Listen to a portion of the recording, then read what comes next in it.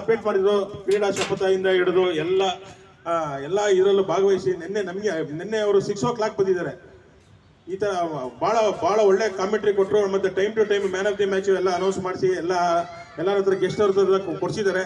Full ನಾವು Bulls ತಂಡದ ಪರವಾಗಿ ಮತ್ತೆ ಎಲ್ಲ 8 ತಂಡಗಳ ಪರವಾಗಿ ಗುರುರಾಜ್ ಅವರಿಗೆ ತುಂಬಾ ವಂದನೆಗಳು. ಸೊ ಅವರಿಗೆ ನೆನಪಿನ ಕಾಣಿಕೆಯಾಗಿ 2 ಬೇಲ್ಸ್ನ ಯೋಗಾನಂದ್ ಸರ್ ಮತ್ತೆ ನಾವು ಕೊಡ್ತಾ ಇದ್ದೀವಿ. ತುಂಬಾ ಧನ್ಯವಾದಗಳು ಗುರುರಾಜ್. ನೀವೇನಾದ್ರು ಮಾತಾಡೋದಿದ್ರೆ 2 ಮಾತಾಡ್ಬೋದು.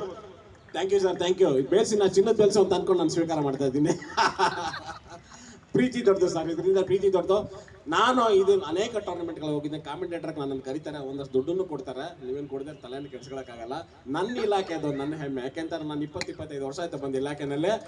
ಎಷ್ಟೋ ಇಲಾಖೆನ ಟೂರ್ನಮೆಂಟ್ಗೆ ಹೋಗಿದ್ದೀನಿ. ಅಲ್ಲಿ ಟೂರ್ನಮೆಂಟ್ ನೋಡಿದಾಗ ನಾವು ಮಾಡ್ತಾ ಇಲ್ಲ ಅನ್ಸೋದು.